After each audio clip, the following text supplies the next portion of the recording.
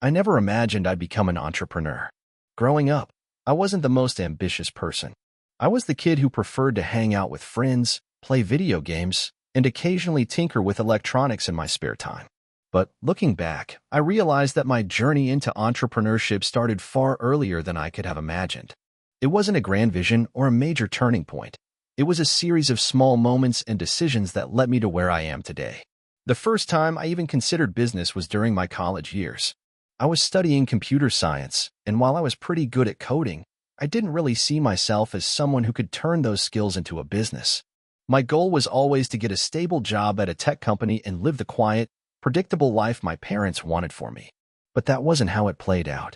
It all started during my junior year when I built a small mobile app. It wasn't anything groundbreaking, just a to-do list app that I had coded in my spare time for fun. One night, my roommate, who was a marketing major, convinced me to publish it on the App Store. He told me I had nothing to lose, and maybe, just maybe, it would be a hit.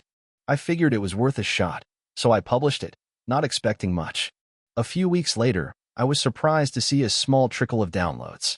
At first, it was just a handful of people, and the revenue wasn't anything to write home about. But something happened that changed my perspective. People started reaching out to me. They were leaving reviews, giving feedback, and asking for updates. Some of them even offered to pay for features that weren't yet included.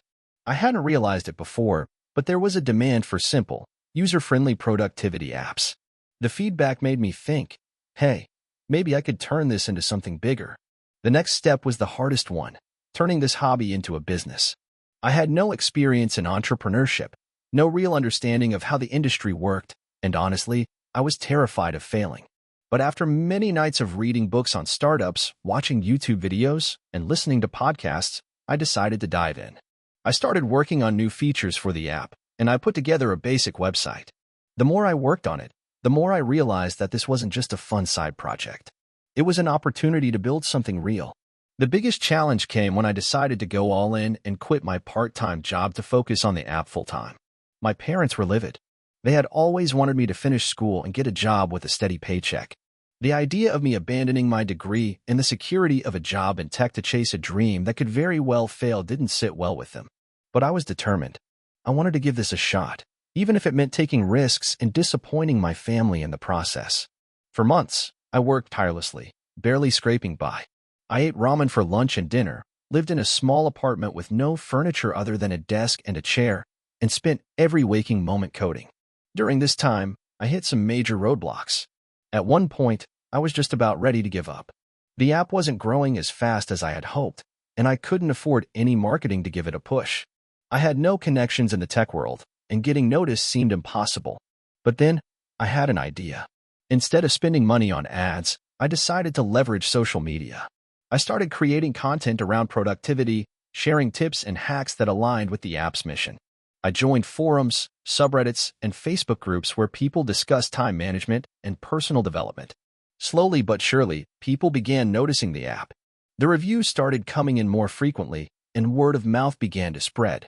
One of the pivotal moments came when I decided to launch a premium version of the app with additional features. I wasn't sure if people would pay for it, but I knew I had to try.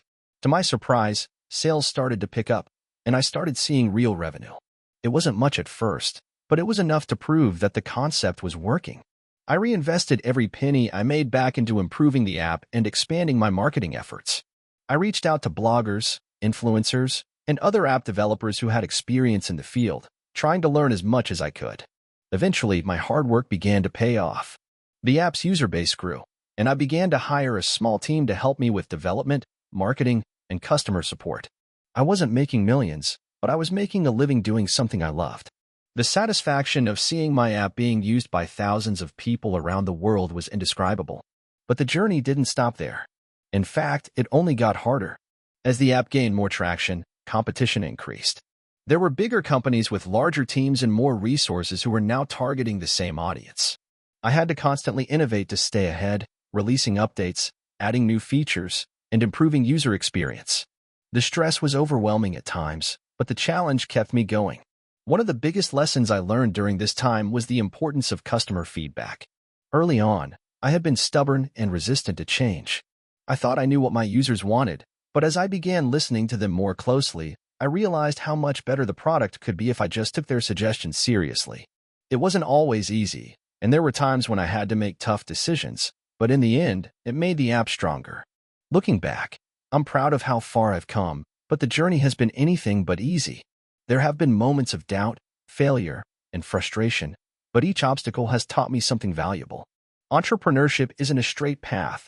It's full of twists and turns, unexpected challenges, and moments of triumph. It requires persistence, passion, and an ability to learn from mistakes. I still don't consider myself an entrepreneur in the traditional sense. I'm just a guy who built an app in his dorm room and decided to take a chance. But now, years later, my business has grown beyond my wildest expectations. I've hired a team of talented people who share my vision, and I've been able to give back to my community in ways I never thought possible. More importantly, I've learned to embrace the uncertainty that comes with being a business owner. Would I do it again? Absolutely. Even though it's been one of the hardest things I've ever done, it's also been the most rewarding. And if you're reading this and considering taking the leap into entrepreneurship, my advice is simple. Start small, learn constantly, and never give up. Success isn't guaranteed, but the journey is worth it. If you enjoyed the video, don't forget to leave a like and subscribe to the channel. It helps the content grow and motivates me to create even more great videos. Turn on notifications so you don't miss any new uploads. By the way, I'm curious, when do you usually watch my videos? While working, studying, or just relaxing at home? Let me know in the comments. I'd love to hear from you. Thank you for your support. I had always been the type of person who liked the idea of entrepreneurship, but never thought I had what it took to actually go through with it. I had the idea of becoming my own boss for years, but there was always something holding me back. Whether it was fear, lack of experience, or just general uncertainty about how to even get started, I couldn't seem to take that first step. This is the story of how I finally did, and how it ended up being the hardest, yet most rewarding thing I've ever done. It all started in the summer of 2020. I was working a 9-to-5 job at a marketing agency, doing the usual grind. It wasn't the worst job, but it wasn't my dream job either. I spent my days managing campaigns for clients I didn't care much about, working with people who, while friendly, didn't share my vision for the future. I started to feel stuck, like I had no real control over my life. The pandemic had just started, and everything felt uncertain. As we all started to work from home, I found myself with extra time to think, which is probably the worst thing that can happen to a person who is already struggling with self-doubt. One day, I stumbled across a video on YouTube about starting an online business. The person in the video was someone I had never heard of before, but they had this simple, clear message. If you want to be free, you have to stop waiting for permission. It hit me like a ton of bricks. I had always been waiting for permission, from my boss, from the universe, from my own mind. What if the only thing I needed to do was take the leap? I started researching. I watched endless videos, read articles, and listened to podcasts about entrepreneurship, business models, and everything in between. I knew I had a skill set that could be useful: digital marketing, copywriting, and content creation. So, I decided to take the plunge and start a business focused on providing digital marketing services to small businesses. I figured it would be a good starting point. Small businesses were struggling to get noticed, especially during the pandemic, and I knew that if I could help them with online advertising and social media management, I could make a real difference. It sounded simple enough, but boy, was I in for a ride. I created a website, set up a few social media profiles, and started cold emailing small businesses. At first, nothing happened. I didn't get a single response. I was discouraged, but kept going. I changed my approach, tried different outreach methods, and slowly started getting responses. Some were interested, some weren't, but at least I was finally getting in the door. My first client came from a local coffee shop. They wanted help with Instagram marketing, and I agreed to a small project for a discounted rate, just to get my foot in the door. The work was harder than I expected, and the pressure was on. This was my first real project, and I needed to make a good impression. I spent hours designing Instagram posts, writing captions, and trying to figure out the algorithm to get the most engagement. There were so many late nights and moments where I questioned whether I was doing the right thing. But then something clicked. The coffee shop owner sent me a message after a couple of weeks saying that their sales had increased by 25%. It was a small win, but it felt like a giant leap for me. I had done it. I had helped someone succeed. I used that success to land more clients. One thing led to another, and within 6 months, I was able to quit my day job. I had several clients, a growing portfolio, and the freedom I had always wanted. But this is where the real struggle began. Now, I was responsible for everything. There was no more 9 to 5 routine, no boss telling me what to do. It was just me, my computer, and a long list of tasks. I realized I had to wear all the hats: sales, marketing, customer service, content creation, and even accounting. It was overwhelming. There were weeks when I barely slept. I spent so much time focusing on delivering for my clients that I neglected my own well-being. I didn't take vacations. I didn't exercise. I didn't have much of a social life. The hustle culture started to consume me, and I thought that working 24/7 was the only way to succeed. It wasn't until I hit a breaking point that I realized something had to change. One evening, after pulling a 14-hour workday, I sat down and had a long talk with myself. I was burning out, and I knew it. I asked myself, is this what I wanted when I started this journey? The answer was no. What I wanted wasn't just financial freedom. I wanted a balanced life. I wanted to enjoy the journey, not just the destination. I had to make a shift in how I ran my business, or else I'd risk losing everything: my health, my happiness, and my passion for what I was doing. That's when I decided to bring on a team. It wasn't easy at first. I was so used to doing everything myself, but I had to learn to delegate. I started small, hiring freelancers to handle certain tasks, like graphic design and content writing. Slowly but surely, I began to let go of some of the work and focus more on building the business rather than just running it. The team I built was small at first, but it made a huge difference. With their help, I was able to scale my business without sacrificing my health or happiness. I learned to trust others and realized that delegation didn't mean I was weak or incapable. It meant I was building something bigger than just me. The business grew, and so did I. Looking back, it's crazy to think about how far I've come. I went from sitting in my cubicle, dreaming of doing something different, to running a business that provides value to clients and gives me the freedom I craved. There were many times when I thought about quitting, when I was discouraged, when I questioned my abilities. But I kept going, and I'm so glad I did. If there's one thing I've learned from this journey, it's that entrepreneurship is not a straight line. It's full of ups and downs, moments of self-doubt, and times when you feel like you're in over your head. But the rewards, both personal and financial, make it worth it. And most importantly, I've learned that success isn't just about the money. It's about creating something that gives you the freedom to live life on your own terms. So, to anyone out there thinking of starting their own business, I say go for it. But do it with the understanding that it's not easy. It will test you. It will challenge you. But if you're willing to put in the work, learn from your mistakes, and adapt, you'll be amazed at what you can accomplish. Just remember to enjoy the ride along the way. I had always been the kind of person who enjoyed thinking outside the box. I was the one who would come up with the craziest ideas at family gatherings, only to be met with eye rolls and dismissive comments. But little did they know, one of those crazy ideas would eventually change my life forever. It all started back in 2015.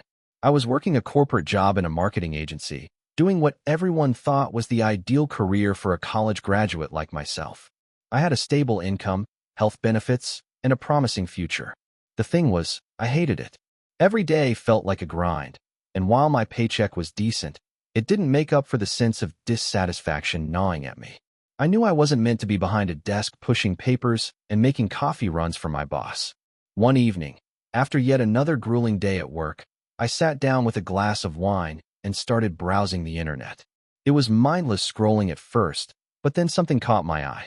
I stumbled upon a website that sold customized phone accessories, cases, skins, and covers that could be designed by the customer. It wasn't a revolutionary idea, but what stood out to me was the personalization aspect. People loved to personalize their belongings, and there was something satisfying about owning an item that felt uniquely yours. At that moment, it clicked. What if I could build a business around creating personalized, high-quality products that people could design themselves? I could offer more than just phone accessories. What if I expanded into other areas like home decor, clothing, or even gifts? The possibilities seemed endless. I thought about it for a few days and realized I had the potential to create something meaningful and different from what everyone else was offering. I didn't come from a business background, and my experience in marketing wasn't enough to give me a full understanding of how to start a business from scratch. But that didn't deter me. I was stubborn, and I was willing to learn. I began researching everything I could about e-commerce, dropshipping, print-on-demand services, and website design. It was overwhelming at first. There were so many moving pieces that I didn't know where to begin. But slowly, I started piecing things together. In early 2016, I took the leap and registered a domain name. The company's name came to me one morning when I was taking a walk. Personalize it. It was simple, catchy, and clearly described what the brand would do. With a few basic designs and a vision in mind, I launched the website. At first, things moved incredibly slowly. I had invested a few $1,000s in getting the website designed and purchasing inventory. There were so many sleepless nights spent coding, updating the website, and creating content for social media that it felt like an endless uphill battle. I remember those first few weeks when I would check the site and see that there were no orders. Not even one. It was discouraging, and I started questioning my decision. Maybe I had bitten off more than I could chew. But then, something changed. I had made the mistake of thinking that people would simply flock to my website once it went live, but I quickly realized that wasn't the case. I had to learn about online marketing, SEO, and social media outreach. I started running small Facebook and Instagram ads, offering discounts in exchange for reviews, and collaborating with micro-influencers who had a small but loyal following. Slowly, traffic started trickling in, and with it, orders. By the end of 2016, I had made my first $10,000 in sales. It wasn't a fortune, but it was enough to make me believe that I had something here. I reinvested every penny into the business, improving the website, expanding my product range, and making the customer experience as seamless as possible. 2017 was a turning point. I had hired a small team of 2 people, one for customer service and one to handle social media content. With a bigger team, I could focus on the bigger picture and continue refining my business. I also realized that the key to success wasn't just about selling products, but building a community around my brand. People weren't just buying products from Personalize It. They were buying into a lifestyle, an experience, and the chance to own something that reflected their personality. I started creating limited edition items, collaborating with artists, and launching special campaigns for holidays and events. These initiatives helped boost sales, and word of mouth started working in my favor. By mid-2018, I had grown to the point where I was able to hire a full-time designer, a product manager, and an operations manager to oversee the day-to-day operations.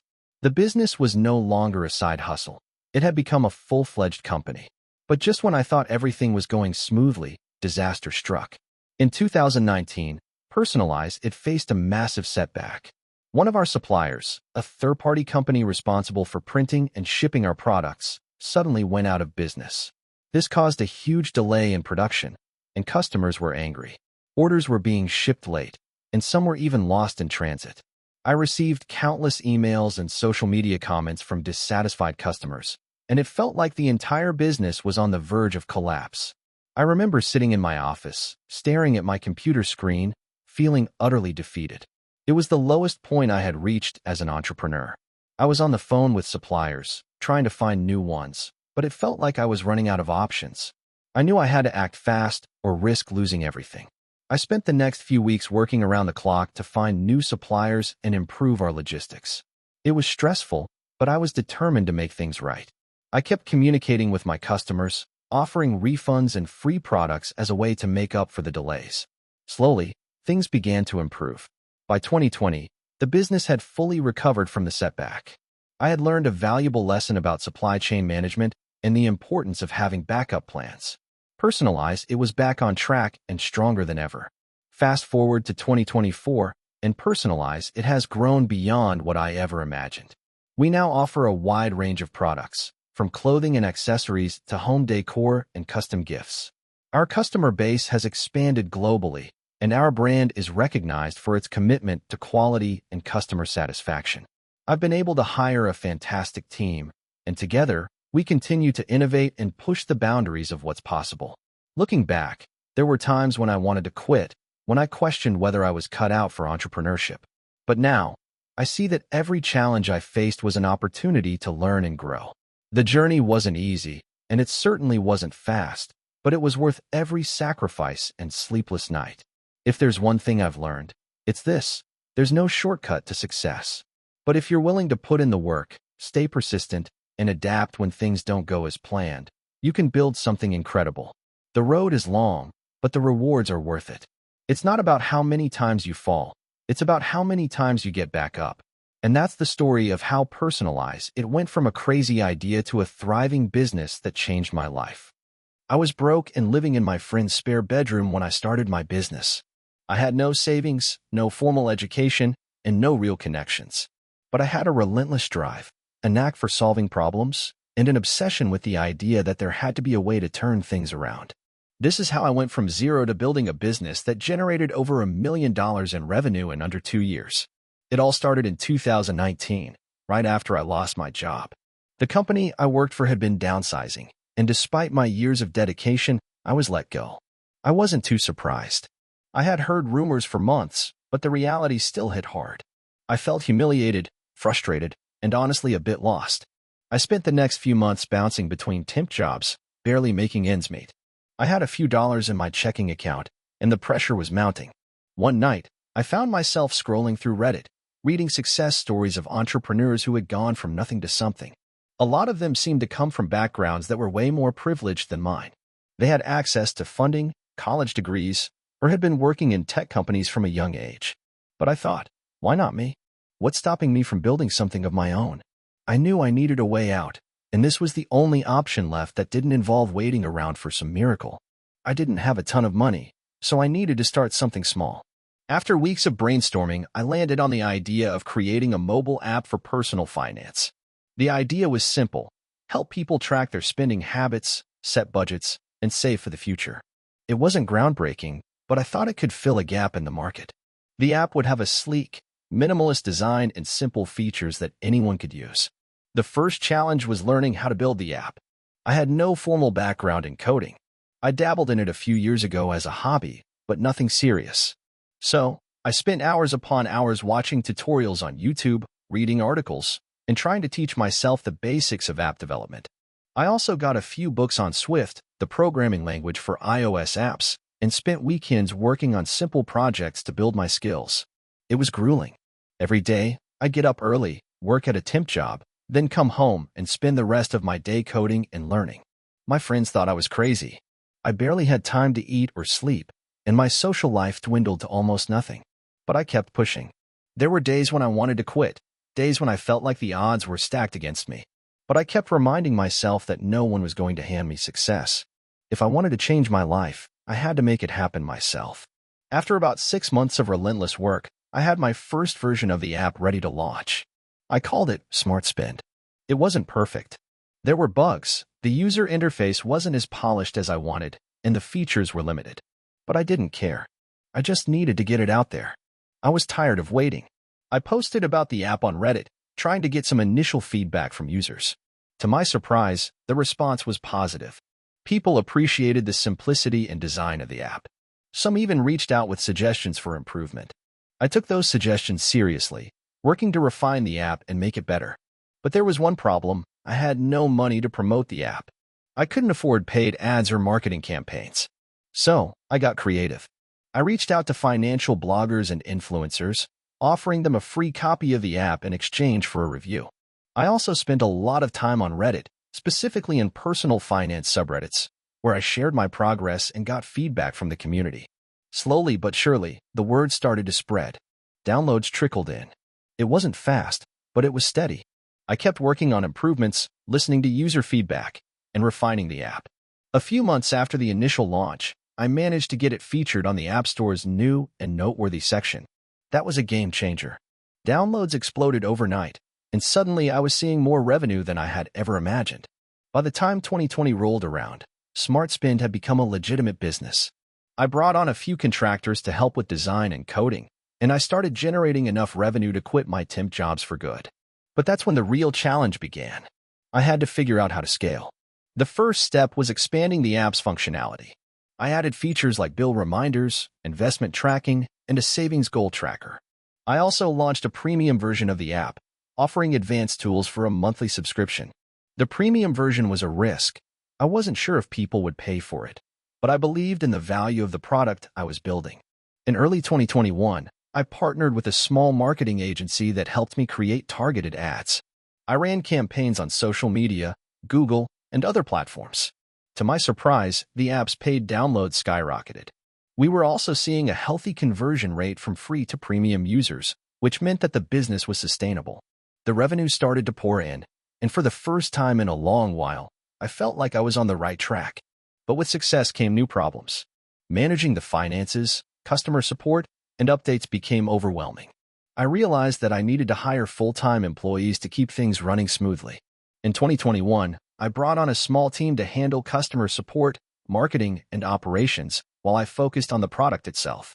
We streamlined everything and started optimizing for growth. By the middle of 2022, SmartSpend was generating over $1 million in revenue. The app had grown well beyond my initial vision, and I found myself in a position I had never dreamed possible.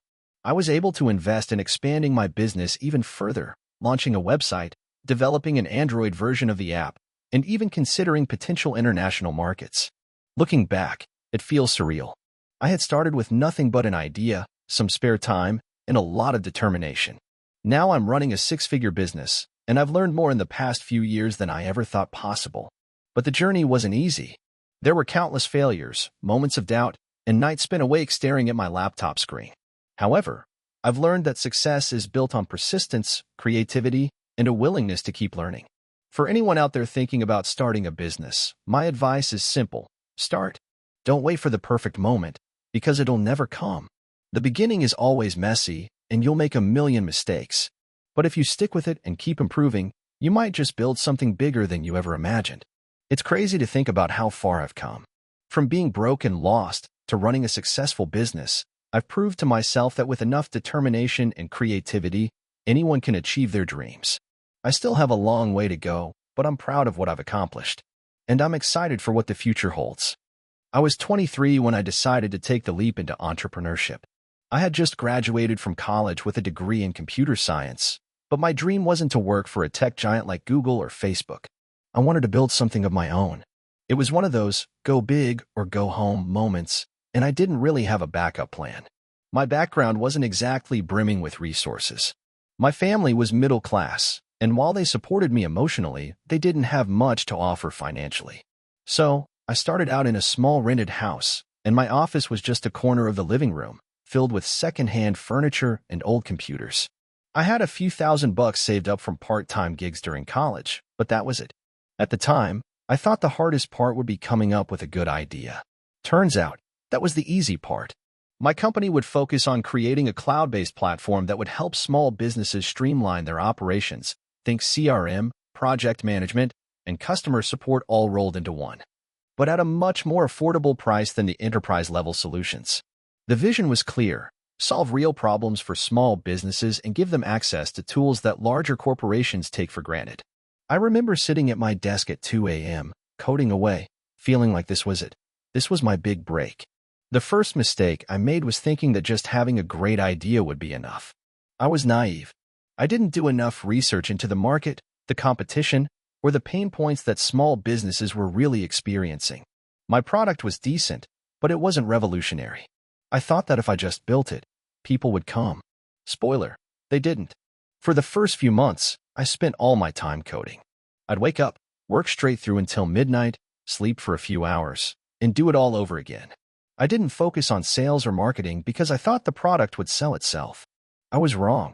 The first few customers I did get were people I knew, family, friends, old classmates, and some acquaintances. They all tried it for a while but ultimately left because the platform wasn't intuitive enough, it wasn't solving the right problems, and it wasn't flashy enough to hold their attention. The first real gut punch came when I realized my product was nothing more than a glorified to-do list. I had built something that I thought was useful, but the market didn't agree. My customers were leaving, and I had no clue how to fix it. At one point, I even considered giving up. I had a ton of debt from building the platform, and I was running out of savings. My credit cards were maxed out, and I hadn't paid rent in 2 months. But then, a friend reached out. He was an entrepreneur who'd been through similar struggles and had managed to turn things around.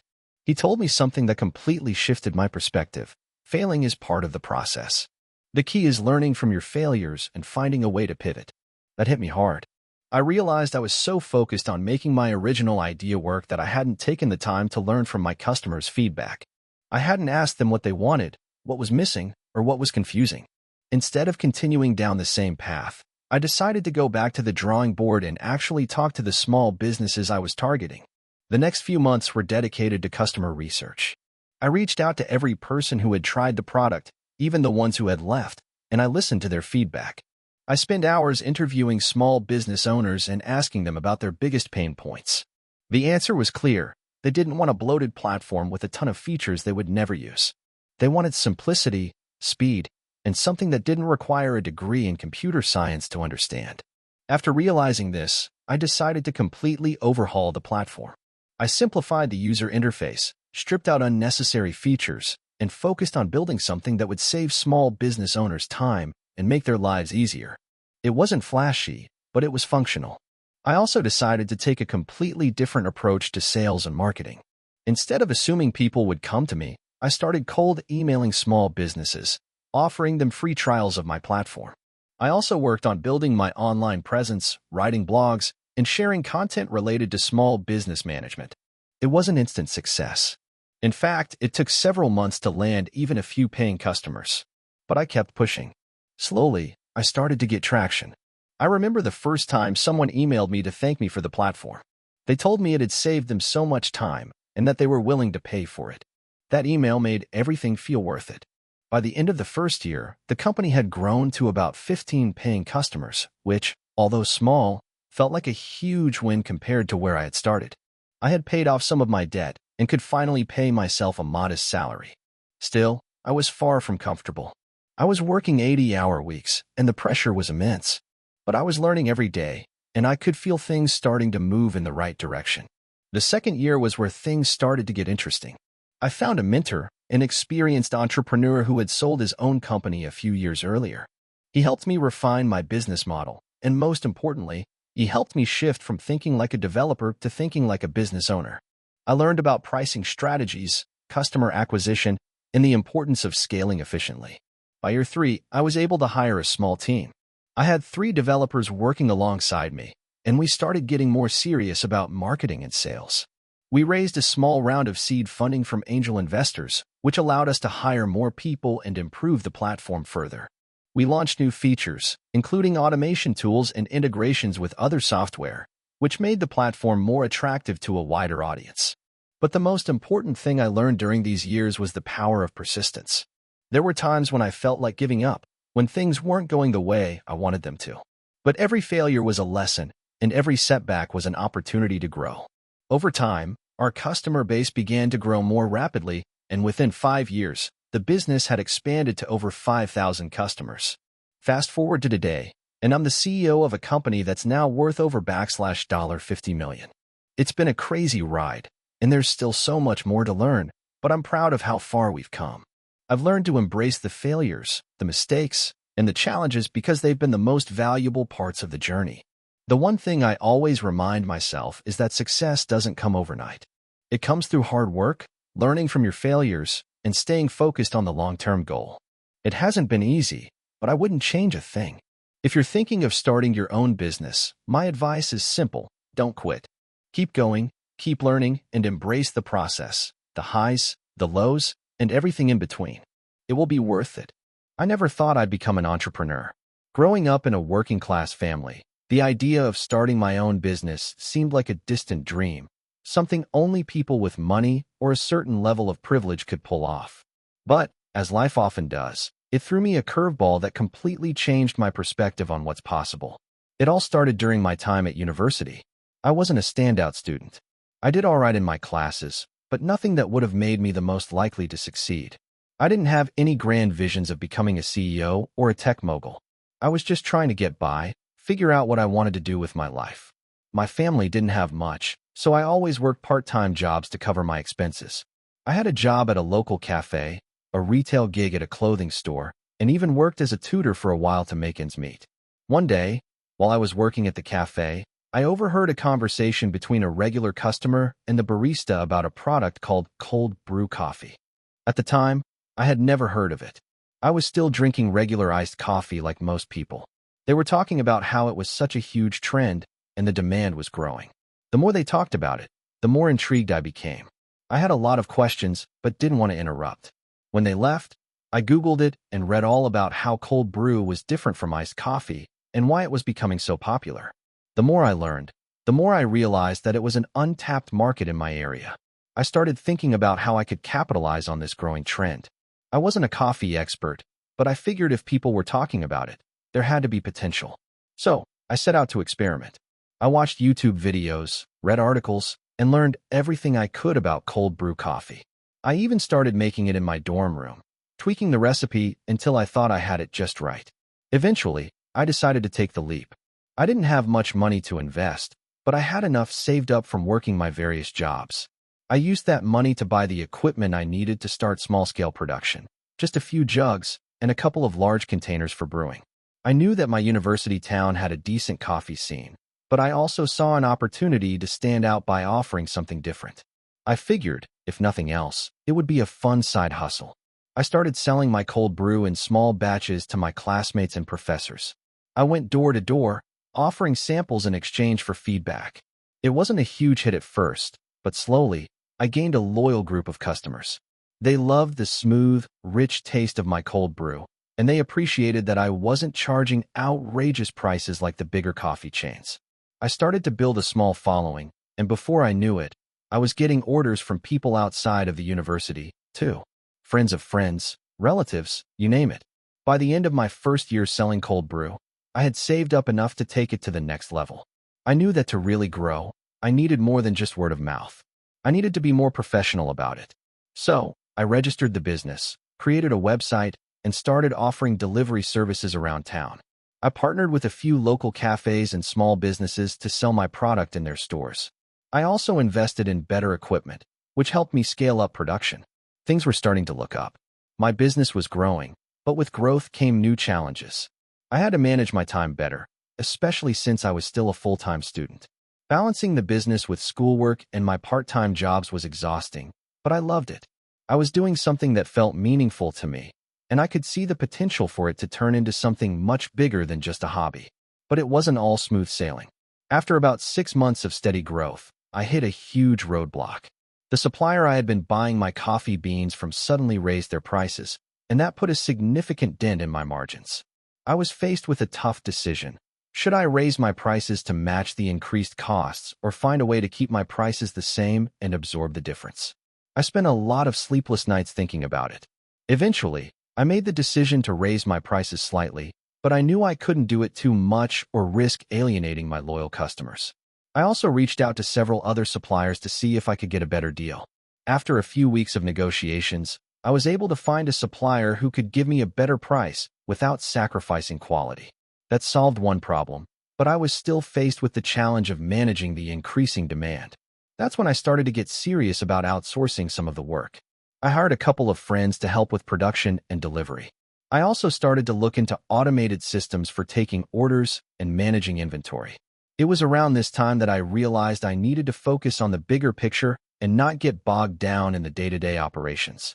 If I wanted to grow this into something sustainable, I had to think beyond just selling cold brew in my town.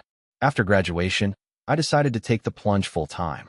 I moved to a bigger city with a much larger market and more opportunities for growth. It wasn't easy, but I found a commercial kitchen space to rent and started production on a larger scale. I partnered with a number of local cafes, small grocery stores, and even some food trucks to distribute my cold brew. I also started selling my product online, offering delivery services to customers across the city. At first, I struggled to gain traction in the new market. The competition was fierce, and the bigger brands had far more resources. But I stuck to my guns and focused on what made my product unique. High quality, locally sourced ingredients, a commitment to sustainability, and an emphasis on customer experience. I also doubled down on branding. I worked with a designer to create a logo and packaging that was eye-catching and distinctive. It took time, but slowly, people started to notice. Today, my business has grown beyond anything I could have imagined back when I was making cold brew in my dorm room.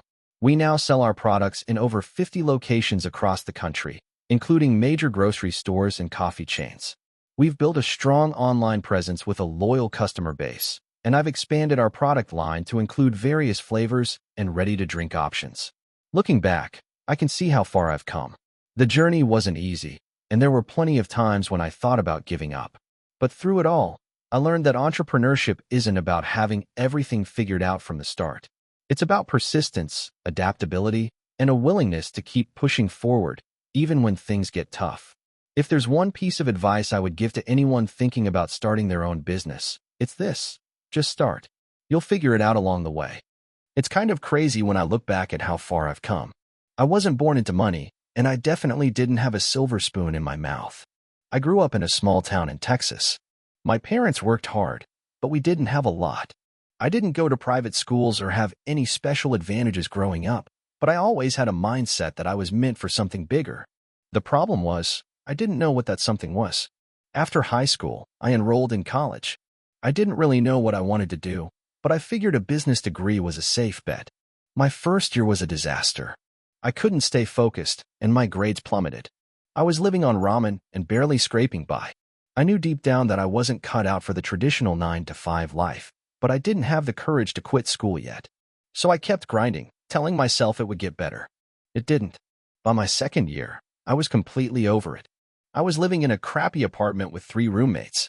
My car broke down, and I had to pay rent, so I couldn't afford to fix it. My credit was tanking because I couldn't even afford the minimum payments on my student loans. One day, I woke up and realized that if I didn't make a change soon, I'd end up stuck in a life I hated forever. So I did something drastic. I dropped out of college and moved into my car. It wasn't easy. My friends thought I was crazy. They couldn't understand why I would leave everything behind and take such a huge risk. But I knew I had to bet on myself. I needed to get away from all the distractions of school and figure out what I really wanted to do. I spent the next few months crashing in my car, taking up odd jobs, and basically just trying to survive. I knew I wasn't going to make it by doing the same old thing, so I had to start thinking differently. Then I remembered something I'd always been interested in: sneakers. Ever since high school, I'd been into collecting rare and limited edition sneakers. I wasn't the richest kid, so I didn't have a huge collection, but I knew what made a sneaker valuable and which brands had cult followings. Around this time, I stumbled upon an online marketplace where people were buying and selling rare sneakers. I realized I could flip them for a profit, especially if I was able to secure pairs that were hard to find. I didn't have much money at the time, but I scraped together a few $100 and bought my first pair of sneakers to resell. They were a pair of Nike Air Jordans that I managed to pick up at retail price. The market for these shoes was insane, and I was able to resell them for nearly double what I paid. I couldn't believe it. The feeling of making that first sale was electric. I started doing this more and more. I'd wake up early to camp out at sneaker releases, hoping to grab a pair before they sold out. I would then flip them online to people who were willing to pay a premium for them. Slowly, I started to build a small reputation as someone who knew their stuff when it came to sneakers. Eventually, I had enough cash to invest in more pairs, and I started treating it like a business. By the time I had saved up a few $1,000s, I knew I was onto something. I rented a small storage unit to keep my growing sneaker inventory, and I began working on building my brand. I started an Instagram page dedicated to rare sneaker finds, sharing my collection and tips on how to buy and sell. My followers started growing, and people began asking if I could help them source pairs of shoes. I knew I needed a website, so I taught myself how to build one using WordPress. It wasn't pretty at first, but it was functional. And more importantly, it was mine. The first few years were tough. I was working nonstop, barely sleeping, and constantly worrying if I was going to fail. But I kept going. I didn't have a choice. As I built my brand, I started networking with other resellers and sneakerheads. Some people were skeptical of me at first because I was just a young guy with no formal business experience, but I was hungry, and I had a knack for spotting trends. Over time, people started trusting me, and my business grew. I eventually started making enough money to get an office, hire employees, and invest in inventory at scale. The real turning point came when I realized I needed to stop focusing on just flipping sneakers and start creating my own brand. I was already sourcing rare and high-demand shoes, so I began to partner with designers and manufacturers to create limited edition collaborations. This was the game changer. My brand quickly became recognized for offering exclusive products that couldn't be found anywhere else. Within a few years, my small operation turned into a multi-million-dollar brand. I went from living in my car to owning multiple storefronts, a full-time team, and even a distribution center. We've worked with major sneaker companies and have become a respected name in the sneaker community. Our drops now sell out in minutes, and we have a loyal following of people who trust us to deliver the best sneakers on the market. What I've learned through all of this is that success doesn't come easy. It took me years of hard work, failure, and sacrifice to get here. There were plenty of moments when I wanted to quit, when I thought I was in over my head. But what kept me going was my belief in myself and the idea that I could build something real. I also learned that taking risks is a huge part of being an entrepreneur, but you can't just take any risk. You have to be smart, do your research, and know when to take calculated bets. I'm living proof that you don't need a fancy degree or a ton of money to start a successful business. All you need is a willingness to learn, the courage to take risks, and the determination to keep going even when it gets tough. So here's my story, the one I don't usually tell people. It's not one of those overnight success stories that you hear about all the time. I didn't sell a tech startup for millions or get famous for some social media trick. Instead, it's about the slow grind, the failure, and, eventually, a quiet victory that a lot of people might overlook. I'm in my early 30s now, but I started my first business back when I was 23. It wasn't a grand idea, honestly. I had just graduated college with a degree in marketing. I didn't have any impressive connections, no wealthy family to back me up, and definitely no real experience. But I had a few things that I thought might give me a shot, a stubbornness to never quit, a deep-seated belief that I could learn anything if I just put my mind to it, and, honestly, a bit of delusion. It all started with something small, an online shop. I'd read somewhere that e-commerce was the way to go, so I spent my savings on a cheap laptop and signed up for Shopify. I decided I was going to sell phone accessories. Why? Because they seemed to be a booming market, and I thought I could undercut the competition. Sounds naive, right? It was. At first, everything seemed great. I sourced my products from a supplier in China, built my store, and even paid a designer to make it look professional. I launched, expecting orders to pour in. What actually happened was nothing. Silence. Zero sales. For weeks, I sat there watching my site traffic tick up, but the orders stayed at zero. I spent nights watching YouTube tutorials, reading blog posts, trying to figure out what went wrong. Eventually, I realized I had overlooked one crucial thing. I had no idea how to market the store. Sure, I had a website, but no one knew about it. I had no email list, no social media following, and no strategy. I also didn't have the budget to pay influencers or run ads. In short, I had made a lot of mistakes, but the biggest one was not preparing for the reality of starting a business. But I refused to quit. I spent the next several months diving deep into online marketing. I learned SEO, search engine optimization, paid ads, email marketing, and social media strategy. I spent hours crafting blog posts, building a small Instagram following, and trying different sales funnels. I made a few sales here and there, but nothing consistent. Then came my first real wake-up call. A few months in, I was burned out. I had sunk every penny I had into this venture. I'd spend hours every day working on my business, but it still felt like I wasn't getting anywhere. The stress started to pile up, and I even had a few sleepless nights. It felt like a personal failure. I thought maybe I just wasn't cut out for this whole entrepreneurship thing. And that's when I hit a crossroads. I could either give up and go back to a normal job or double down and figure out a way to make this work. I'm not sure what kept me going, pride, desperation, or maybe just the sheer fear of failure, but I decided to give it one last shot. This time, I changed my approach. I had been so focused on trying to be everything to everyone. I was selling phone accessories, yes, but I was also selling a wide variety of other things, hoping that something would stick. It wasn't working. So I narrowed my focus and chose to specialize in high-quality phone cases that had a unique design element. I started studying the market for custom-designed cases. I realized that people wanted something more than just the basic, mass-produced cases you see everywhere. They wanted something that spoke to their personality, their style, or their interests. I also started creating content that matched the kind of lifestyle I wanted to promote: stylish, bold, and unique. I spent more time on Instagram, connecting with micro-influencers who actually seemed to care about their followers. I ran small, targeted ads that focused only on people who liked custom phone accessories. I started offering discounts and collaborating with other small brands. It wasn't an instant fix. In fact, it took months before I saw any meaningful growth. But I kept going, refining my strategies, learning from my mistakes, and tweaking my approach. Slowly, sales began to pick up. And then it started to snowball. My Instagram following grew. People started posting about their custom cases. Word of mouth began to spread. For the first time, I felt like I was actually onto something. By year 3, I was finally making a steady income. It wasn't a lot, but it was enough to keep me going.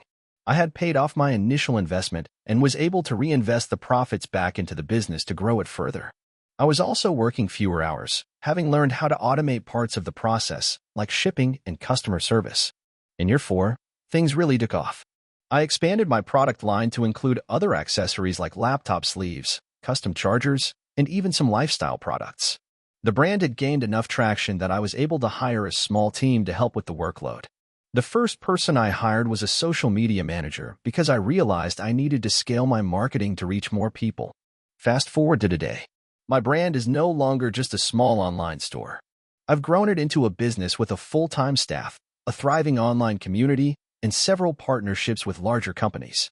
I'm not a billionaire, but I'm making a comfortable living doing something I love, and I don't have to answer to anyone but myself. I've learned that the path to success isn't always a straight line. There are plenty of ups and downs, but what matters most is persistence. The biggest lesson I've learned? Don't fall into the trap of comparing your journey to someone else's. Every entrepreneur has their own timeline. Some succeed quickly, some take years. But the key is not giving up when things get tough. I don't believe in luck. I believe in hard work, learning from failure, and keeping your eyes on the long-term goal. And as for those early days, I wouldn't change a thing. They taught me lessons I couldn't have learned any other way. The struggle, the late nights, the mistakes, all of it was part of my journey. Without it, I wouldn't be where I am today. So, if you're out there grinding, feeling like you're not getting anywhere, just know that it's okay. Keep learning, keep iterating, and most importantly, keep going. Your breakthrough might be closer than you think. And yes, for those wondering, I do still sell custom phone cases. But now, it's just one part of the business.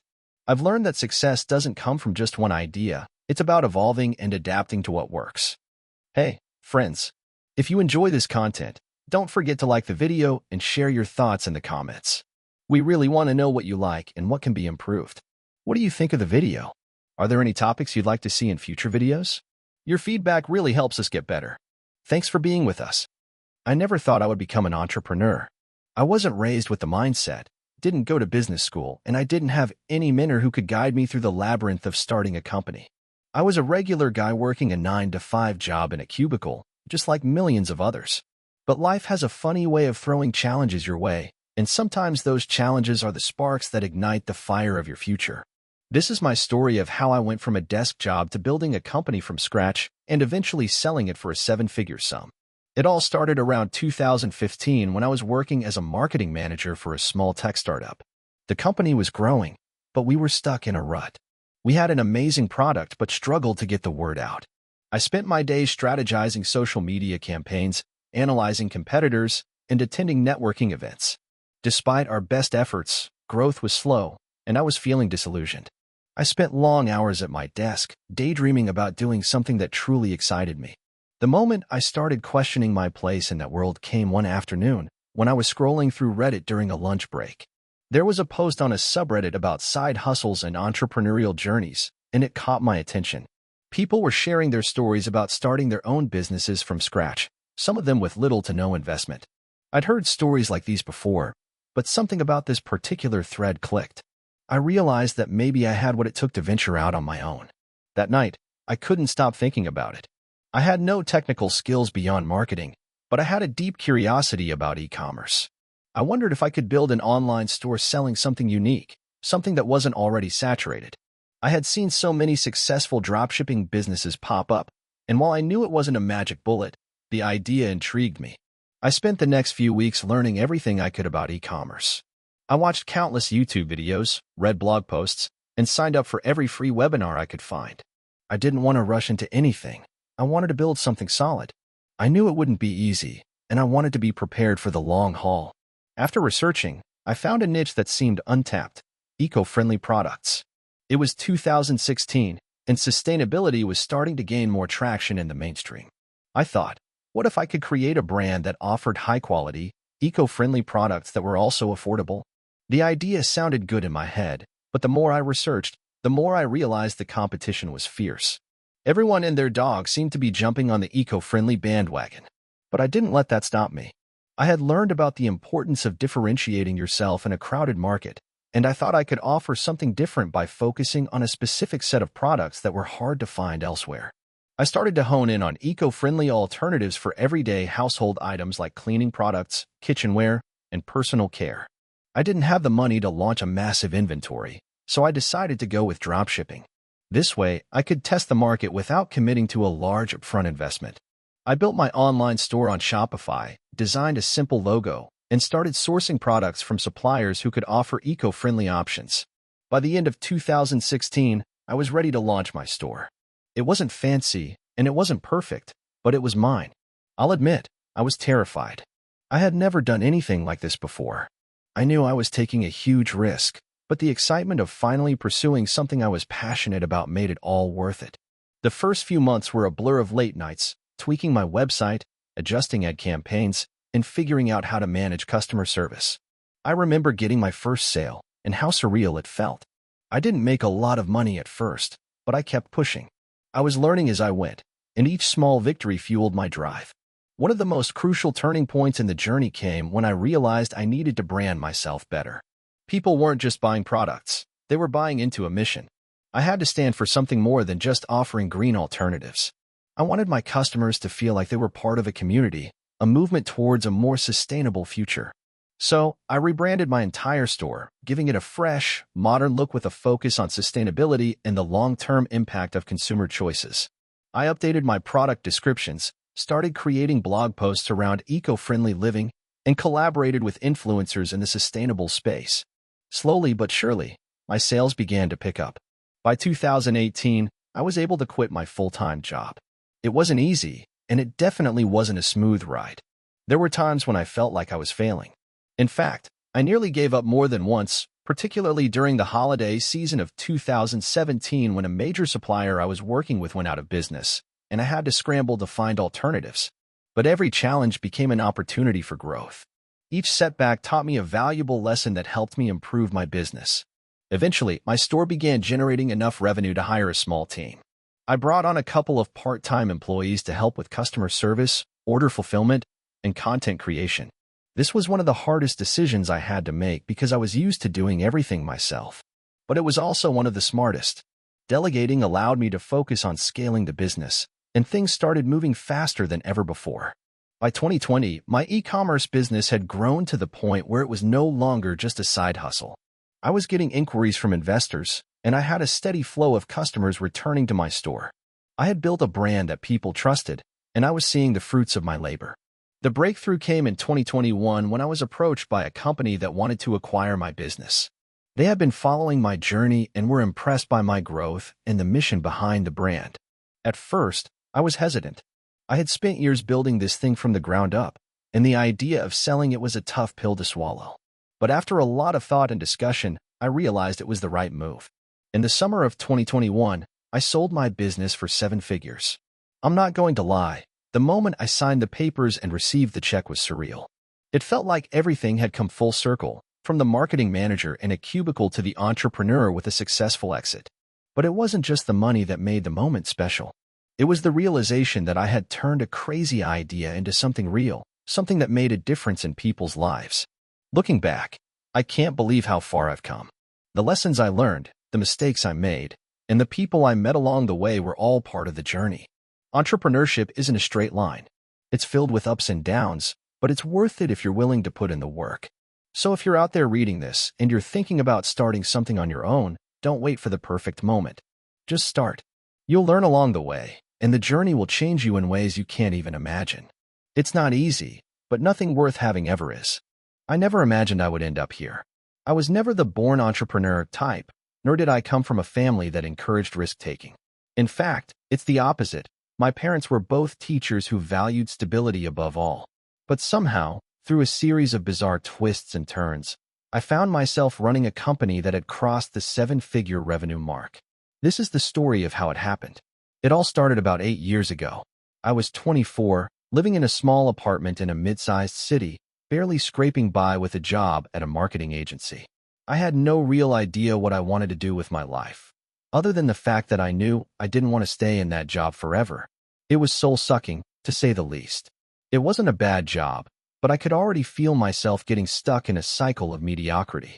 I had an idea for a small business, a website offering professional resume writing and career coaching services, but the thought of leaving my steady paycheck for something uncertain terrified me.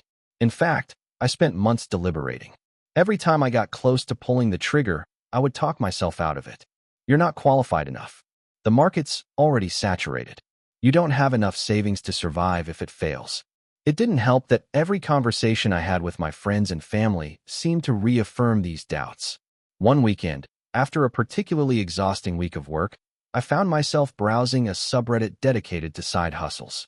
There was a post from someone who had just launched a small service business and was already seeing positive results. Something clicked in my mind. I couldn't keep waiting for perfect conditions. They didn't exist.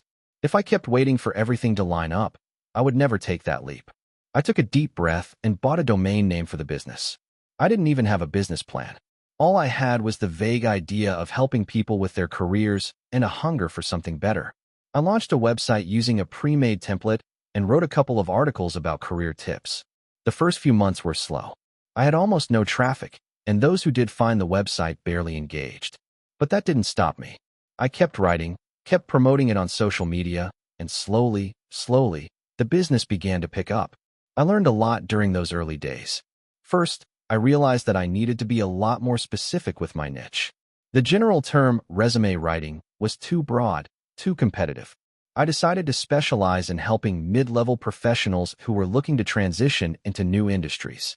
This was a much smaller market, but I could offer tailored advice, and my services would stand out in a more targeted way. The next major hurdle came when I realized I couldn't keep up with all of the work myself. I had clients reaching out for help, but my time was limited. I hired a freelance writer to help me with content creation. At first, I was hesitant to outsource any work. I worried it would be difficult to find someone who understood my brand and the way I wanted to communicate with clients. But after an agonizing search, I found someone who was not only competent, but also incredibly motivated. This was my first real hire, and it was a game changer. As my business grew, I invested more into advertising. I ran Facebook ads, Google AdWords, and tested every marketing channel I could find. I won't lie, some of the campaigns were complete failures, but each one taught me valuable lessons. I began to learn how to optimize ads, what kind of content resonated with my audience, and how to better market my services. At this point, I had quit my day job, but I wasn't making enough money to feel entirely secure. I still lived frugally, constantly watching my bank account and worrying if I would run out of clients. But I kept pushing. I improved the website's user experience, refined the services I offered, and made sure every interaction with my business was as smooth as possible. One of the most impactful decisions I made came from a simple observation. Many of my clients were coming to me not just for resume writing, but also for advice on how to handle job interviews, salary negotiations, and general career strategy. So I expanded my offerings. I began offering one-on-one coaching, personalized interview prep, and career planning sessions. It wasn't an overnight success. It wasn't even a year-long success. But around the 2-year mark, I began to see consistent growth. That's when the big break came. A client, a former VP at a tech company, referred me to a few of his colleagues. Those colleagues, in turn, referred me to even more people. The referrals were like wildfire, and I went from barely scraping by to having a steady stream of clients. By year 3, I had my first full-time employee, a former client who had found great success using my services and wanted to join the team. I wasn't sure if it was the right move at first, but hiring someone to help with sales and client management allowed me to focus more on the strategic side of the business. Over the next couple of years, we expanded the team, adding marketing specialists, copywriters, and career coaches. I won't pretend everything was easy. There were countless obstacles. We faced economic downturns that made it harder for clients to afford our services. We had months where we didn't hit our revenue goals, and there were many sleepless nights worrying about cash flow. There were also disagreements within the team. We had to work through growing pains, especially as the business began to scale. But there was one thing that kept me going: the feedback from my clients. Every time I received a testimonial or a message from someone whose life had changed because of the work we did, I remembered why I started. It wasn't about money. It was about helping people achieve the careers they had always dreamed of. Now, 8 years later, we're a fully established company with a team of over 20 people. We have multiple income streams, from personalized coaching packages to online courses, and we've even launched a SaaS tool for resume building. The business has grown beyond anything I could have imagined, and while it's still not perfect, it's a hell of a lot better than where I started. If there's one thing I've learned from all of this, it's that entrepreneurship is a marathon, not a sprint. There's no one-size-fits-all path, and success doesn't come from trying to follow someone else's journey. It comes from sticking it out, learning from failures, and continuously evolving. For anyone out there thinking of starting their own business, I want to say, just start. Don't wait for the perfect moment. Don't wait until everything aligns. The first step is often the hardest, but once you take it, the rest will follow. And even if it doesn't turn out exactly the way you envisioned, it's worth it. I used to work for a mid-sized consulting firm. You know the type: khakis, business casual, endless meetings about meetings. I was a strategic analyst, which meant I wrote PowerPoints no one read and got CC'd on emails at 9:30 p.m. I hated it, but the paycheck was decent and it kept my parents off my back. The breaking point came during a client workshop when my manager asked me to reprint 50 copies of a 78-slide deck because the font on slide 54 didn't match the template. I had worked on that deck for 2 weeks. I spent the rest of the day hiding in a Starbucks bathroom, questioning everything. 2 weeks later, I quit with zero backup plan. I told myself I'd freelance for a while, maybe do some consulting on my own, but the truth is, I had no real direction. I blew through most of my savings in the first 3 months, living in a studio apartment with more IKEA cardboard than furniture. The first idea I tried was a millennial coaching platform, whatever that means. Basically, I set up a site to help other burned-out young professionals figure out their next steps. I charged $75 for a 1-hour Zoom session and got 3 clients in 2 months, all of whom wanted refunds. One of them told me I looked more lost than they did. Then I tried importing leather laptop sleeves from Turkey. I thought I could brand them as artisanal executive gear and sell them on Etsy and Shopify. I ordered 300 units using the last $5000 on my credit card. They were beautiful, too beautiful.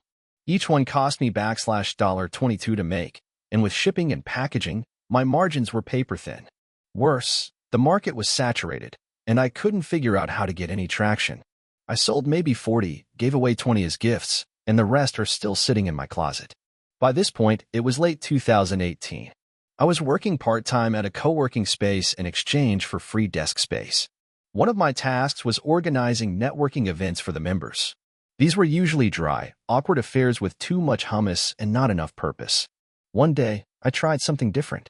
I turned the office into a makeshift escape room. It started as a joke.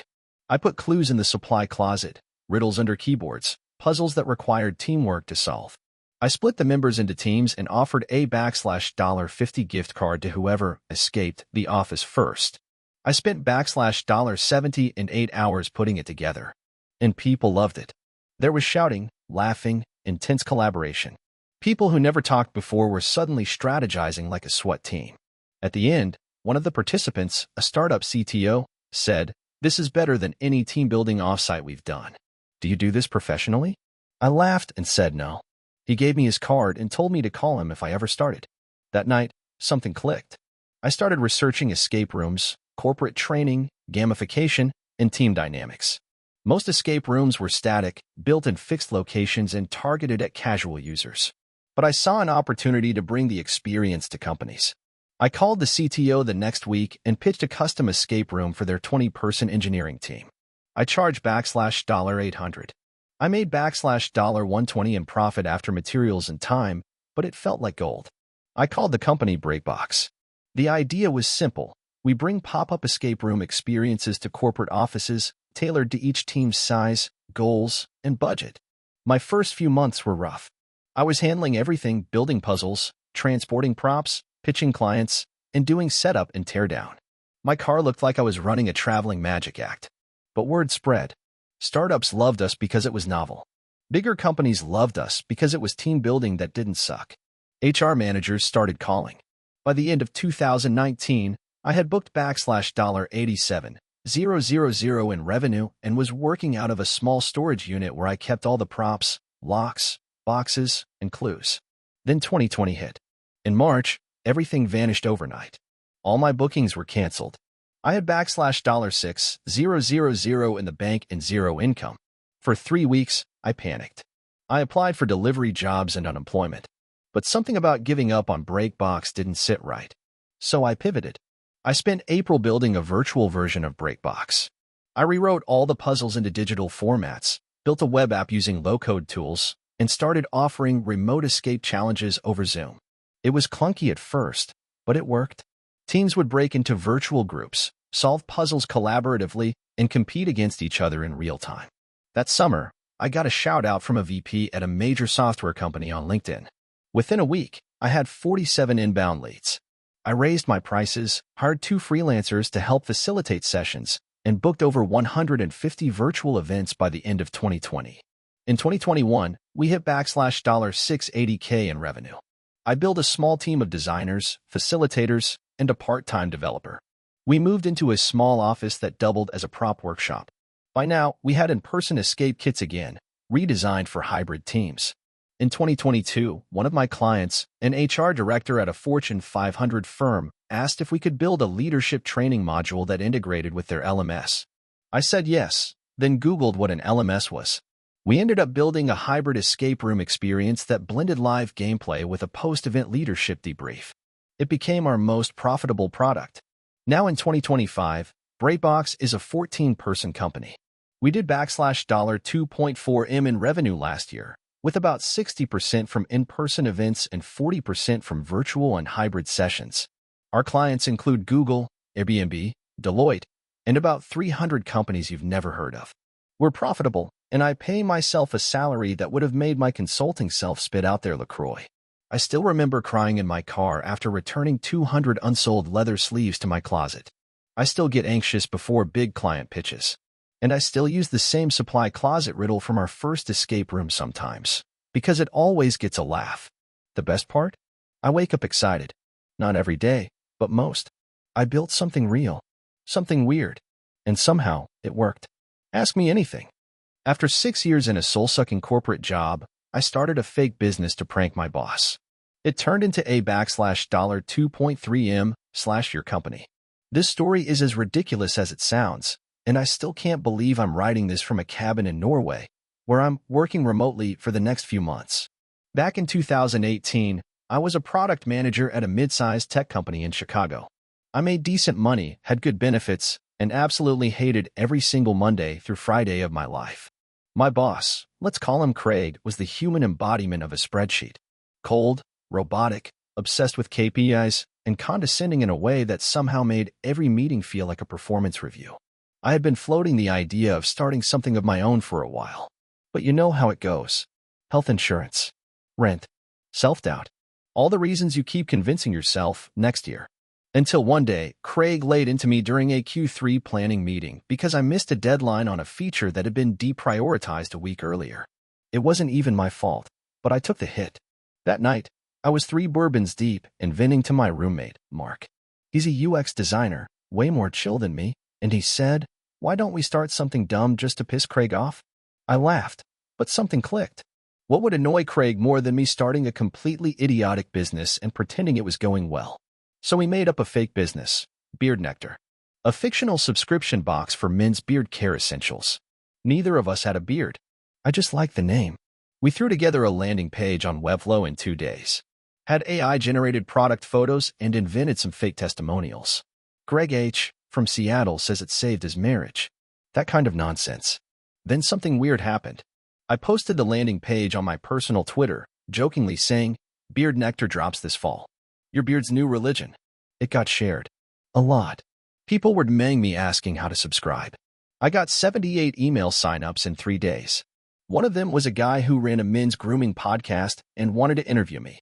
Suddenly, this fake business had potential. So we leaned in. We turned Beard Nectar into a real product in under 6 weeks. I called around to contract manufacturers and found a company in Utah that made beard oil and balm for other white label brands. We scraped together $8 for 100 from our savings and a little credit card roulette. Mark designed the brand from scratch, slick labels, minimalist packaging, earthy tone palettes. We launched our first beta run to the 78 email subscribers.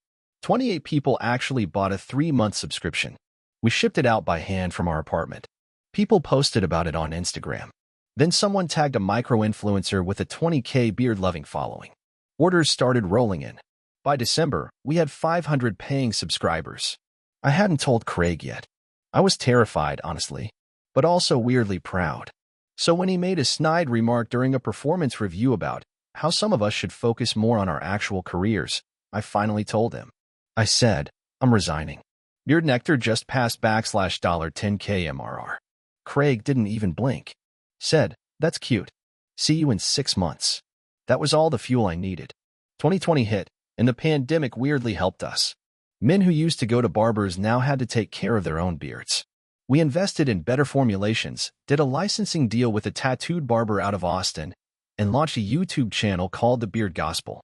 I learned SEO by watching 30 hours of YouTube and eating frozen burritos. We ranked #1 on Google for Best Beard Balm Subscription for 18 months straight. We hit $100K/month by the end of 2021. Then came the acquisition offers. 3 companies reached out in 2022. The first was laughable. The second was interesting. The third one, a DDC brand roll-up group based in Denver, offered $4.6M for a 100% buyout with 2 years of earnouts based on performance. We negotiated down to a 60% upfront sale for $2.3M, with me staying on as a consultant. Mark took his cut and left to build a surf brand in Portugal. I stayed on, moved to a cabin in Norway like a lunatic, and started mentoring founders through a Slack group I made. Here's the real kicker. Craig followed me on LinkedIn a few months ago. He liked a post I made about accidental entrepreneurship. I messaged him, half joking, still think it's cute? He never replied. What I learned through all this. Never underestimate the power of a joke idea if people resonate with it. You don't need a beard to sell beard products. You need branding and story. People want personality behind a brand more than they want perfection. Sometimes revenge is best served via Shopify checkout. If you're sitting on a dumb idea and waiting for someone to validate it, you don't need permission. You need Wi-Fi, coffee, and maybe a little anger. I was never the kind of person who dreamed of being an entrepreneur. I went to school, got an accounting degree, landed a safe job at a mid-tier firm, and fully expected to retire with a 401k and some photos from office Christmas parties. That all changed when I accidentally launched a business out of sheer boredom. In 2019, my girlfriend, now wife, and I were planning a vacation, and I got frustrated with the packing cubes we bought online. Cheap zippers, weird sizing, plastic smell. I muttered something like, I could make better ones myself, and she, half laughing, said, then do it. That was the spark. I started researching materials and manufacturers at night after work. Alibaba rabbit holes. YouTube videos on nylon grates. Reddit threads about travel gear. I wasn't planning to build a brand. I just wanted something better for our trip. But then I saw how ridiculously cheap it was to produce good quality organizers if you bought in bulk. So I ordered 500 units of a simple 3-cube set in 3 neutral colors and paid $2.75 per set. They arrived in 2 months, and I stored them in our apartment closet. I took some iPhone photos, made a Shopify store, and listed the product for $24.99. I called the brand Pack Proud cringe. I know. Threw $250 into Instagram ads and waited. To my complete shock, I sold out in 3 weeks. It was small-time money, sure, but suddenly I had something real. I reinvested everything. New designs, better branding. A friend helped with a logo for free. I learned enough Photoshop to fake professionalism. My day job was still full-time, but every night I was responding to customer emails, tweaking ad copy, testing Facebook audiences. By early 2020, I was doing around $20K a month in revenue with a 42% margin. I still didn't take a salary, I just plowed it all back in. When COVID hit and travel plummeted, I panicked. I thought it was over. But then something weird happened. People still bought. Not for vacations, but for organizing during lockdown. I leaned into it, rewrote my product descriptions, shot new photos showing people using them in closets and drawers. Revenue dipped at first, but then bounced higher. I did $90K in Q3 of 2020. Then Q4 came and went with $140K.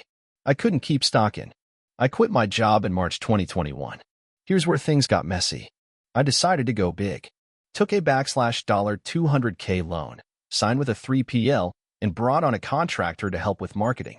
I ordered 20,000 units of a new modular system that I thought was going to crush. Problem: I didn't test it enough. The zippers weren't strong enough for how the pieces connected, and 12% of customers complained or returned them. That tanked my early reviews, and my return cost shot up.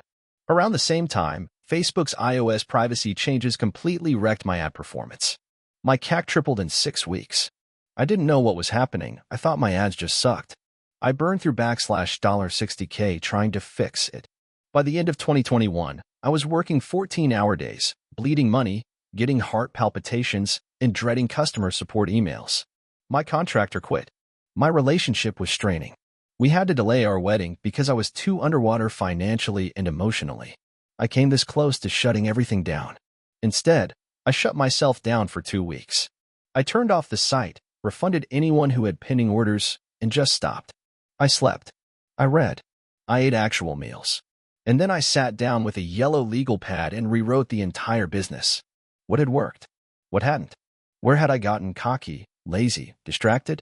I killed the modular product line. I liquidated old stock at a loss. I rewrote my brand to focus less on travel hacks and more on small space organization. I built an actual LTV-focused funnel. Email sequences, bundles, partnerships. I brought on a part-time customer support rep from the Philippines and gave them every tool I'd built. I took a course on SEO. I relaunched in March 2022, leaner and smarter. That summer, I hit $100K in profit for the first time. Since then, I've grown slow and steady. I never raised VC. I never scaled fast. But I now do just over $3M/year in revenue with around 28% net margins. I have a team of 5 full-time employees, 2 freelancers, and I work maybe 35 hours a week. I don't run paid ads at all anymore. My traffic comes from SEO, YouTube reviews, and email. Wildly enough, TikTok has become my top source of traffic and sales, mostly from UGC. My wife and I finally got married last year in Portugal. She still laughs when people ask her how she came up with the idea, because she kind of did. Here's what I wish I'd known earlier. Fast growth is addictive and incredibly dangerous if you don't know your numbers. If your business depends on one channel, Facebook, TikTok, Amazon, you're not an entrepreneur, you're a renter. Obsess over customer experience early. It's the compound interest of DDC. Never stop talking to users. The best marketing copy I ever wrote came straight from customer reviews. Take time off before you burn out. Burnout recovery costs triple. You don't need to look big to be profitable. You just need to solve a real problem for real people. I still get imposter syndrome. I still have moments where I wonder when the bottom drops out. But I've built something real now, something that pays my team, supports my family, and doesn't rely on me to be a martyr for 16 hours a day. So yeah, I didn't plan to become an entrepreneur. But once I did, it showed me who I really was and who I didn't want to be. And that made all the difference. I never thought I'd be the guy who ends up running a full-blown company. Honestly, when I was in college, I was the guy who slept through 8 a.m. classes and thought group projects were a waste of time. After getting my degree in communications, yes, I know, I bounced around a few office jobs and ended up as a barista at a cafe in Boston when I was 26. I didn't hate it. It paid the bills. But something about working with espresso machines every day clicked with me. The owner of the cafe, Paul, was one of those borderline obsessive guys about equipment. He let me tinker with the broken La Marzocco machine in the back that had been collecting dust. I took it home, spent a month researching espresso machine repair forums, watched endless YouTube videos, and ended up getting the thing working again. Paul was impressed enough to offer me $200 for the repair, way more than I expected. That was the light bulb moment. I started combing Craigslist and Facebook Marketplace for broken or used espresso machines, especially high-end commercial models. Most of the time, they were being sold by closed-down cafes or people who had no idea how to fix them. My strategy was simple: lowball offers, pick them up myself, clean them up, and sell them back on eBay or through restaurant equipment forums. I did this from my garage while still working at the cafe. My first 6 months of side hustle netted about $8,000 in profit. The thing that surprised me most? The demand. People were emailing me asking if I had specific models. A few local cafe owners even offered to pay in advance if I could source certain machines. So I started reaching out to struggling cafes directly, offering cash for broken or unused machines. The pandemic was hell for the hospitality industry, and unfortunately, I ended up buying entire inventories from businesses going under. Morally tough, but financially, it grew my operation fast. By year one, I'd made $65,000 in profit and was running out of space in the garage. My girlfriend at the time, now wife, said either the espresso machines go or we do. So I rented a 1,500 square foot warehouse unit and made my first hire, a mechanical engineering student from a nearby college who helped part-time. We got better at the repairs, started importing parts in bulk from Italy, and our margins improved dramatically. I rebranded from Boston Machine Fixes to Kramatech Supply Company. Here's where it pivoted from hustle to business. One of my regular customers, a guy named Luis who ran 3 cafes in New York, called me up and said, "Man, I love your work, but it's a pain ordering parts from 5 different places. Why don't you carry accessories too?" That's when I realized we were sitting on a gold mine of adjacent markets: grinders, tampers, cleaning kits, parts, even water filtration systems. I didn't have the cash to go all in. So I put together a pitch deck, which felt ridiculous because I barely knew what I was doing, and I reached out to a few angel investors I found through LinkedIn. I got one bite, a former exec from a big coffee chain who'd gone into angel investing. He offered $100,000 for 10% equity and a seat on a quarterly advisory board. I took it. With that money, we launched our own e-commerce store and started white-labeling cleaning products and silicone gaskets. Our margins exploded. Within 8 months, accessory sales made up 35% of our revenue. We moved into a 4,000 square foot space and hired 4 more people, including a logistics manager and a full-time marketing guy. Then we got hit with. I was 29, single, and making $130K a year as a financial analyst in downtown Chicago. By most standards, I had it good. I wore tailored suits, commuted on the L with my AirPods in, and spent weekends eating overpriced brunch with other spreadsheet jockeys. My Instagram was full of skyline views and craft cocktails. But every Monday morning, I stared at my Outlook calendar and wanted to scream. It started as a joke between me and my best friend, Drew. We were playing Settlers of Catan on my tiny apartment floor, drinking beers and yelling over trades like it was the Super Bowl. "You know what would be awesome?"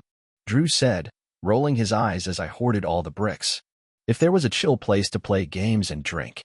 Like a pub, but with dice and less frat energy." I laughed. "Yeah, a board game cafe. Like in Toronto." We joked about it every game night. And then we didn't. We started making lists, looking at leases, Googling things like how to open a cafe in Illinois and how much does a liquor license cost. The joke started costing us actual money. I didn't know how to start a business. I'd read books and taken a few MBA-like courses online, but nothing prepared me for the absolute chaos of the first few months. We registered the LLC, hired a lawyer friend to draft contracts, and borrowed $50K from our combined savings. I put in another $20K from my emergency fund. That was dumb, but it was already too late to back out. The space we found was a former art studio on Milwaukee Avenue, big windows, exposed brick, and a busted HVAC system. Rent was $800 a month, and the landlord wanted a 2-year lease. I signed it while feeling like I was about to vomit. We called it Hex and Tankard. Hex for the magic, Tankard for the beer. I quit my job a month before opening.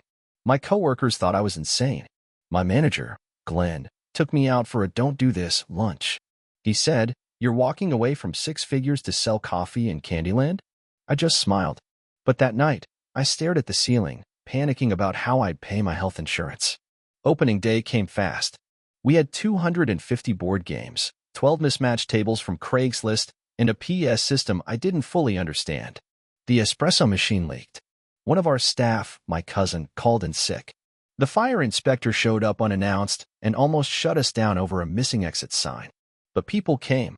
Not a flood, but enough to know it wasn't a disaster. The first 3 months were brutal. Sales were slow on weekdays. We were constantly running out of things: milk, change, patience. We couldn't afford real marketing. So I became a one-man band on social media, trying to make memes about Carcassonne and lattes. We almost closed in month 5. Our electricity bill had spiked after we hosted a the Gathering night with 40 people and 6 portable AC units. We were $7,000 short of making rent. Drew wanted to call it quits. He said we gave it a shot, and maybe that was enough. But I wasn't done.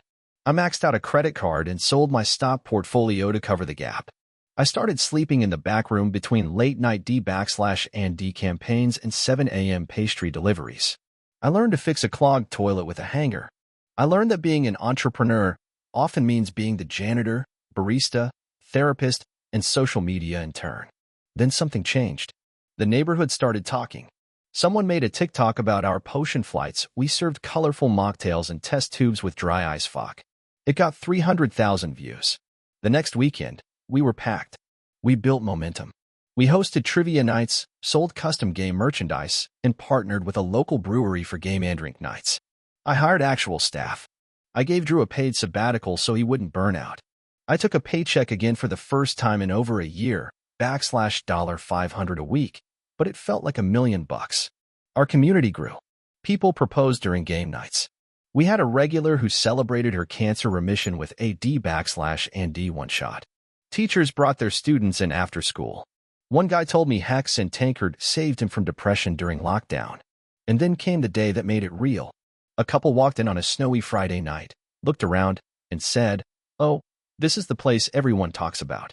That sentence hit me harder than any number on a spreadsheet ever did. We're 2.5 years in now. Hex and Tankard has turned a profit for the last 3 quarters. We have a second location opening next spring. I still do spreadsheets, but they're mine. I still wear suits, but only for cosplay. I still drink overpriced cocktails, now they're ones we invented. Entrepreneurship isn't. I never thought I'd be the type to write something like this. I lurked on Reddit for years, read the hustle stories, always thinking that could never be me. But after the craziest 3 years of my life, I've got a story worth telling. I started with $320 in my checking account, a 2010 laptop with a cracked screen, and an ego shredded by a boss who told me I'd never lead anything worthwhile. Today, my startup is bringing in over $3 million a year, and that same ex-boss tried to sue me for stealing his business idea. Spoiler, it wasn't his idea, and the court agreed. Let's rewind. In 2020, I was a mid-level marketing manager at a boutique agency in Austin. The pay was meh, but I liked the work. I was especially into helping small DTC brands with email marketing.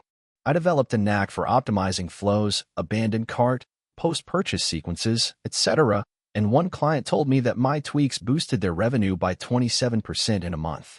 That felt good. I pitched the agency on building an email revenue optimization product as a service. They nodded, said, "Interesting," and shelved it. 6 months later, COVID hit, budget shrank, and I got laid off in a Slack message that read, "Sorry, we have to make cuts. We wish you the best." No call, no notice, no nothing. Just a virtual pat on the back and good luck. For a few weeks, I spiraled. No job, bills piling up, and my lease renewal looming. But then something weird happened. 2 of the brands I'd worked with reached out. They heard I was no longer with the agency and asked if I could help them directly with their email marketing.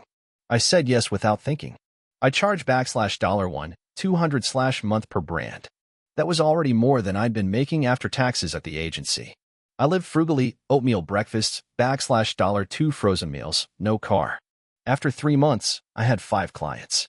I named the operation Inbox Savvy and bought the domain for $9.99. No LLC yet. Just hustle. The real turning point came in early 2021. I had taken a call with a startup founder who didn't want ongoing consulting but asked if I could build a one-time, plug-and-play email flow system for Shopify stores. The idea clicked. Instead of retainer clients, I could build pre-designed, high-converting Klaviyo flow templates with modular copy and sell them as digital products. I built the first version of the product over 2 weeks. It was ugly Google Docs with embedded copy, flowcharts built in Canva, and some basic video walkthroughs. But I priced it at $299, and to my shock, it sold 5 copies in the first week via a post on a small e-commerce Slack group. That was enough validation for me to go all in. I used the next few months to rebuild the product into a proper Notion dashboard with Zapier integration and full instructions. I even partnered with a freelance designer on Fiverr to pretty up the visuals. I called it Inbox OS and launched it on Product Hunt in May 2021. We hit number 4 product of the day, and I made $18,000 in the first week.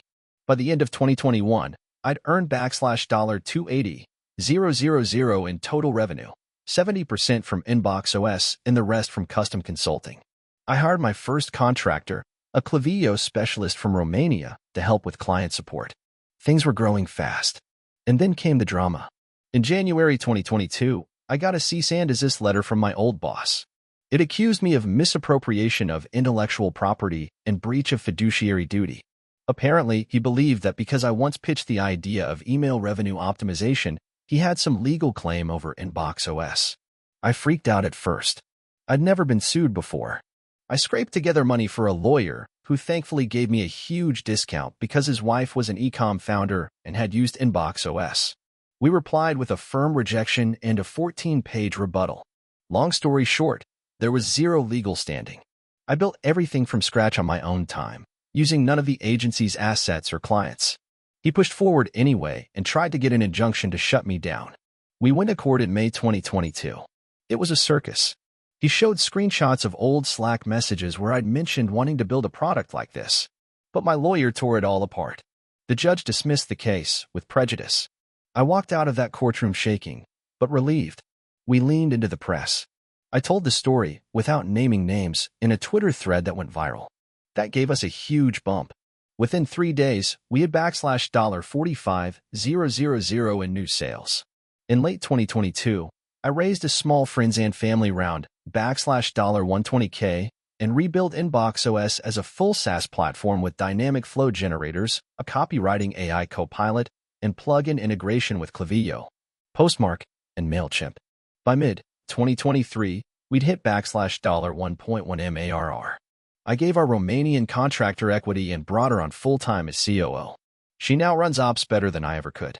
Today, Inbox OS is at $3.3 million ARR, profitable, with a team of 12 across 5 countries. We serve over 2,000 brands.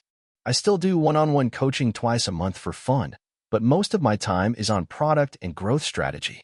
We just launched an AI-powered audit tool that runs a full email flow health check in under 2 minutes.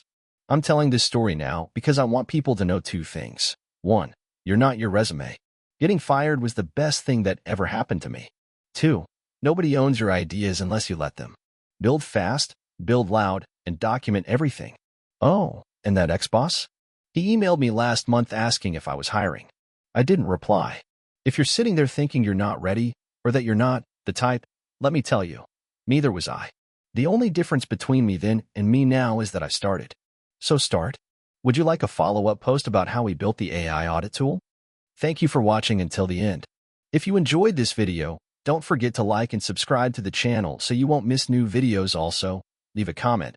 I'd love to hear your thoughts. Your support and engagement mean a lot to me. See you in the next video.